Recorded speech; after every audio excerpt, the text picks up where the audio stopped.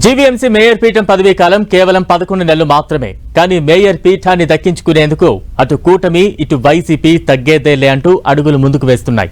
ఎలాగైనా మేయర్ పీఠాన్ని కైవసం చేసుకునేందుకు డబ్బును నీళ్లలా ఖర్చు చేస్తున్నారు. క్యాంపు రాజకీయాల పేరుతో మలేషియా, సింగపూర్, శ్రీలంక వంటి విదేశాల్లో కార్పొరేటర్లు మకాం వేసి జల్సాలు చేసొచ్చారు. తీరా విదేశాల నుంచి తిరిగొచ్చాక మరోసారి జంపింగ్ జపాంగ్ సాంగ్ అందుకుని మెడలో పార్టీ కండువాలను మార్చేశారు. దీంతో ఖర్చు పెట్టిన కోట్లు కాస్త బూడిదలో పోసిన పన్నీరే అయ్యాయి. ఇంతకీ రేపు శనివారం జరగబోయే జీవీఎంసీ అవిశ్వాస తీర్మానంలో గెలిచేది ఎవరు?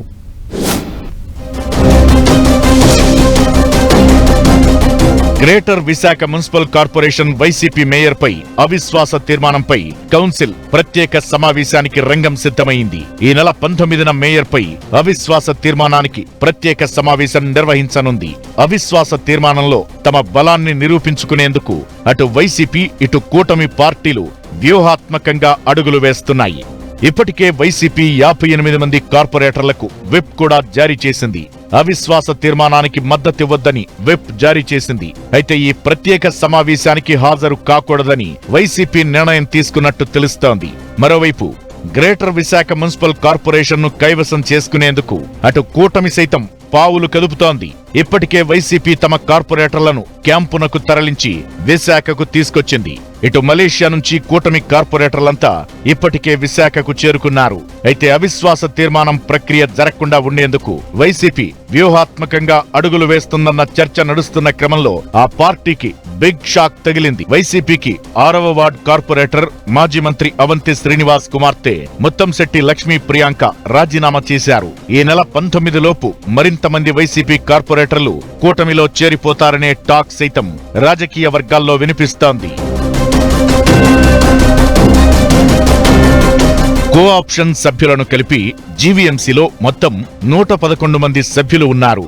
అవిశ్వాస తీర్మానం నెగ్గేందుకు మ్యాజిక్ ఫిగర్ 74 కాగా కూటమి ఖాతాలో ఇప్పటికే 76 మంది సభ్యులు ఉండడంతో అవిశ్వాస తీర్మానం దాదాపు ఖాయమనే ఊహాగానాలు వినిపిస్తున్నాయి.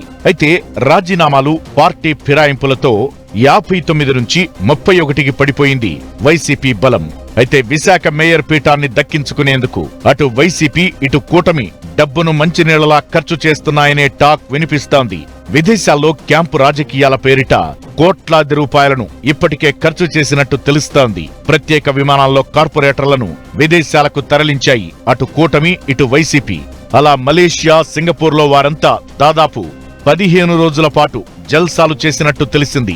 ఒక్కో కార్పొరేటర్ పై దాదాపు 50 లక్షలు ఖర్చు పెట్టినట్టు తెలిసింది. అందులో విదేశాలకు తరలింపు, అక్కడ ఎంజాయ్మెంట్ కు 30 లక్షల వరకు చెల్లింపులు జరిగినట్లు సమాచారం. ఇక అవిశ్వాసం సందర్భంగా 25 లక్షల వరకు వ్యక్తిగత చెల్లింపులంటూ ప్రచారం జరుగుతోంది. మరో 11 నెలల పదవీ కాలం మాత్రమే ఉండే పాలకవర్గం కోసం ఈ రేంజ్ లో ఖర్చేంటి అంటూ విమర్శలు వెల్లువెత్తుతున్నాయి. ఇంత ఖర్చు చేసినా విదేశాల నుంచి తిరిగొచ్చిన కార్పొరేటర్లు ఏ పార్టీలోకి చేరిపోవాలో ఆయా పార్టీలోకి వెళ్లి కండువాలు మార్చుకున్నారు.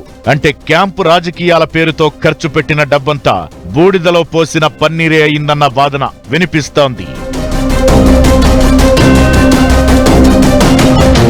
మొత్తానికి జీవీఎంసీ మేయర్ పీఠాన్ని దక్కించుకునేందుకు ఒకవైపు కూటమి, మరోవైపు వైసీపీ గట్టిగానే ప్రయత్నిస్తున్నాయి. ప్రత్యేక సమావేశం రోజు డుమ్మా కొట్టి అవిశ్వాసాన్ని నెగ్గేందుకు వైసీపీ వ్యూహాలకు పదును పెడుతుండగా మేయర్ పీఠాన్ని నెగ్గేందుకు కూటమి విశ్వ ప్రయత్నాలు చేస్తోంది.